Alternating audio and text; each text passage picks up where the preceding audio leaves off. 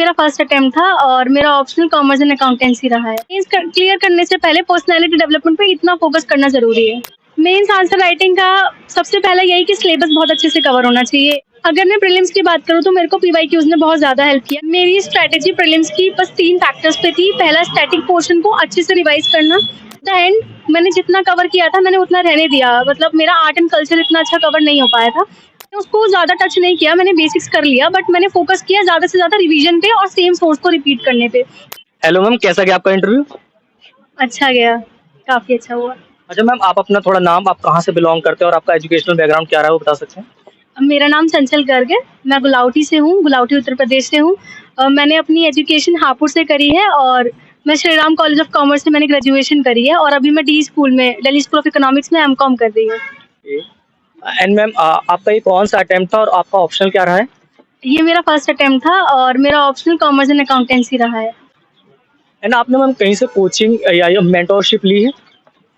मैंने कोचिंग मतलब ऐसे नहीं लिया कि एक फुल फ्लेज कोचिंग ली हो, बट हाँ मैंने एक फ्री प्लेटफॉर्म संभवम आईएएस ज्वाइन किया था 2022 में।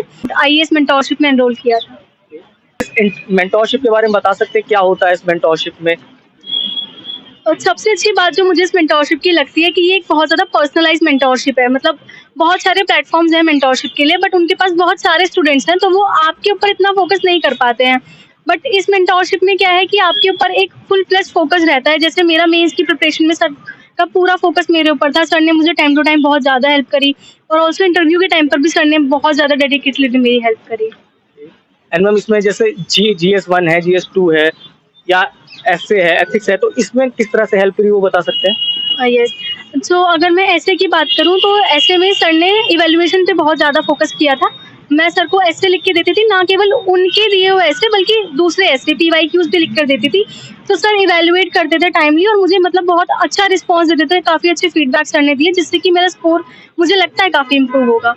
और एथिक्स की बात करें तो एथिक्स में भी पीवाईक्यूज़ पे सर ने मुझे बोला था कि ज़्यादा फोकस करना है। सर ने बताया कि किस तरीके से स्ट्रक्चरिंग वगैरह करनी है क्योंकि एथिक्स की जो स्ट्रक्चरिंग होती है आंसर्स की वो डिफरेंट होती है GS 1 2 3 से, तो उसमें हेल्प किया। बाकी GS 1 2 3 के लिए सर ने टेस्ट सीरीज मुझे काफ़ी अच्छी प्रोवाइड करी। काफ़ी कॉम्प्रिहेंसिव क्वेश्चंस थे कि जो मेरा करंट अफेयर्स था वो काफ़ी अच्छा रिवाइज हो गया। स्टैटिक में मेरा साथ के साथ रिवाइज होता चला गया। एंड मैम, जब आप आए तो जैसे स्टार्टिंग में जब आप ऐसे लिख रहे थे तब कितने नंबर आ रहे थे? और कहीं से टेस्ट सीरीज वगैरह ज्वाइन नहीं करी थी तो मार्क्स तो ऐसे सच मतलब मुझे मिले नहीं थे। बट स्टार्टिंग में अगर मैं बात करूँ तो तब मैं सर के पास स्टार्टिंग में गई थी तो मेरे मार्क्स अराउंड 40-50 थे। बट एंड तक आते आते मुझे सर मतलब हाफ मार्क्स से अराउंड एक ऐसे में मुझे 70 मार्क्स भी मिलने लगे थे। तो काफ़ी ड्रास्टिक इम्प्रूवमेंट हुआ था ऐसे में। तो एंड मैम, जैसा कि आपने बताया एसआरसीसी से, आप एसआरसीसी एकदम से खुद इतना बड़ा ब्रांड है बीकॉम में। जो भी कॉमर्स का स्टूडेंट होता है उसका एक सपना होता है कि वो एसआरसीसी पढ़े। तो एसआरसीसी से करने के बाद आपका ये यूपीएससी की तरफ रुझान कैसे हुआ? मैंने ग्रेजुएशन में एसआरसीसी में एनरोल किया था बट क्योंकि मेरी जो बैच है वो कोविड एरा के टाइम का है तो मेरे पास बहुत ज़्यादा टाइम था सेल्फ इंट्रोस्पेक्ट करने के लिए। तो मेरे एक और मेंटोर हैं मतलब 12th क्लास के मेंटोर हैं तो उनका ये सजेशन था मुझे कि मुझे इस तरफ जाना चाहिए। और क्योंकि मेरे पास समय भी था तो मैंने सोचा कि मैं एक बार इसको मौका दूँ और फिर जब मैंने इसको पढ़ा तो मुझे इंटरेस्टेड लगा। तो इस तरीके से मेरी जर्नी शुरू हुई।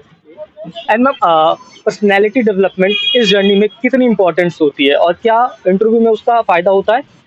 पर्सनैलिटी डेवलपमेंट इस फील्ड में क्या सब मतलब सभी फील्ड में बहुत ज़्यादा इंपॉर्टेंट है। और रही बात की पर्सनैलिटी डेवलपमेंट पर्टिकुलरली फोकस करने की तो आई डोंट थिंक कि उसकी ज़रूरत है बिकॉज अगर आप सिलेबस को डीप हार्टेडली पढ़ते हैं तो आपकी पर्सनैलिटी खुद डेवलप हो जाती है। चाहे थॉट्स हो चाहे कुछ भी हो वो खुद डेवलप होते हैं। तो आई डू नॉट थिंक कि मेंस क्लियर करने से पहले पर्सनैलिटी डेवलपमेंट पे इतना फोकस करना ज़रूरी है। एंड मैम, अभी जस्ट 3 महीने के अंदर प्रीलिम्स आने वाले हैं, तो जो स्टूडेंट्स हमें देख रहे हैं वो प्रीलिम्स की कैसे तैयारी कर सकते हैं? आपकी स्ट्रेटेजी क्या रही थी वो बता सकते हैं? मेरी स्ट्रैटेजी प्रीलिम्स की बस 3 फैक्टर्स पे थी। पहला स्टैटिक पोर्शन को अच्छे से रिवाइज करना। एट द एंड मैंने जितना कवर किया था मैंने उतना रहने दिया। मतलब मेरा आर्ट एंड कल्चर इतना अच्छा कवर नहीं हो पाया था तो मैंने उसको ज़्यादा टच नहीं किया। मैंने बेसिक्स कर लिया बट मैंने फोकस किया ज़्यादा से ज़्यादा रिवीजन पे और सेम सोर्स को रिपीट करने पे। सेकेंड, करंट अफेयर्स के लिए मैंने कॉम्प्रिहेंसिवली PT 365 में कवर करी थी। And third is the PYQ का एनालिसिस बहुत ज़्यादा इंपॉर्टेंट है और इसमें मैंने कुछ यूट्यूब वीडियोज़ की हेल्प ली थी। एंड मैम, इस जर्नी में पेरेंट्स का बहुत ज़्यादा योगदान रहता है और आपके साथ आपकी मम्मी आई हैं, तो आप उनको क्या कहना चाहेंगे? मैं बस इतना कहना चाहूँगी कि क्योंकि स्टार्टिंग में जब मैंने ये जर्नी स्टार्ट करी थी तो मुझे सच में नहीं लगता था कि मैं इस स्टेज तक भी आ पाऊँगी। तो at that time it was my mother and my father who keep promoting me because मेरे पेरेंट्स का ये नहीं है कि आपको यही करना है। उनका हमेशा से ये रहा है कि आप जो कर रहे हो करो, बट उनका फिर भी ये था कि तुम्हें करना चाहिए ये। तो मेरी मम्मी ने और मेरे पापा ने दोनों ने मेरी बहुत ज़्यादा हेल्प करी इस चीज़ में। उन्होंने कभी डिमोटिवेट मतलब अगर मैं हुई भी तो उन्होंने कभी ऐसे डिसहर्टन नहीं होने दिया मुझे। एंड मैम जो स्टूडेंट्स हमें देख रहे हैं उनको आप क्या मैसेज देना चाहेंगी? मैसेज मेरा यही होगा कि अगर आप यूपीएससी की प्रिपरेशन में हैं तो do it wholeheartedly, don't see the resource constraint if you have any. I think if I can do this then anyone can do this. And ma'am mains answer writing को किस तरह develop कर सकते हैं उसके बारे में बता सकें? मेंस आंसर राइटिंग का सबसे पहला यही कि सिलेबस बहुत अच्छे से कवर होना चाहिए। अगर सिलेबस कवर्ड नहीं है तो आंसर राइटिंग में डायरेक्टली गो थ्रू जाना अच्छा नहीं है। तो सबसे पहले कॉम्प्रिहेंसिवली सिलेबस को कवर करो, और आंसर राइटिंग जैसे हम नॉर्मल करते हैं बस वही होती है, बस थोड़ा होता है कि एक तरीका होता है कि जैसे मतलब क्या स्ट्रक्चर होना चाहिए, क्या कीवर्ड्स होने चाहिए। तो वो मुझे लगता है कि वो टाइम के साथ आ जाता है, but what matters is that you just keep going, that also. And ma'am इसमें टेस्ट सीरीज और पीवाईक्यू कितना हेल्प कर पाया आपकी जर्नी में? अगर मैं प्रीलिम्स की बात करूँ तो मेरे को पीवाईक्यूज ने बहुत ज़्यादा हेल्प किया, क्योंकि प्रीलिम्स के लिए मैंने कोई टेस्ट सीरीज नहीं लगाई थी। मतलब एक मैंने ओपन मॉक दिया था, बाकी मैंने विजन का टेस्ट खरीद के रखा था, बट मैंने ज़्यादा नहीं किया था। तो I think PYQs is the main key for the prelims. For the mains I think PYQs again are the good thing, but to get through the current affairs, the test series is important and you are not required to take 2 or 3 test series. You can just stick to the one test series and do it wholeheartedly. यानी ma'am इस journey में अगर कोई हमारे साथ mentors हो तो इसको काफी अच्छे से कवर किया जा सकता है और उसको अच्छे से एंट्रेंस इसका निकाला जा सकता है। ये बिल्कुल सही है, लेकिन मेंटोरशिप भी पर्सनलाइज होनी चाहिए। मेरा मेन फोकस इसी पे रहेगा कि मतलब ये नहीं देखना चाहिए हमें कि जहाँ 500 लोग जा रहे हैं वहाँ हम जाएं। जहाँ 10 लोग जा रहे हैं और वो मेंटोरशिप क्वालिटेटिव है तो हमें वहाँ पर स्टिक होना चाहिए। डाउट्स आते हैं इनिशियली, मुझे भी आए थे स्टार्टिंग में, कौन क्वालिटी डिलीवर करता है। So I think personalize mentorship is very important. And ma'am आपने नोट्स किस तरह बनाए थे वो बता सकें? नोट्स का ऐसा कोई पर्टिकुलर मतलब एक तरीका नहीं था। मैं हर सब्जेक्ट के अलग से नोट्स बनाती थी। लक्ष्मीकांत का मैंने कोई नोट्स नहीं बनाया, मैं जस्ट पेज पर लिखकर पॉइंटर्स रिवाइज करती थी। बाकी के लिए मैंने नोट्स हेडिंग वही सब हेडिंग जो नॉर्मल होता है वही।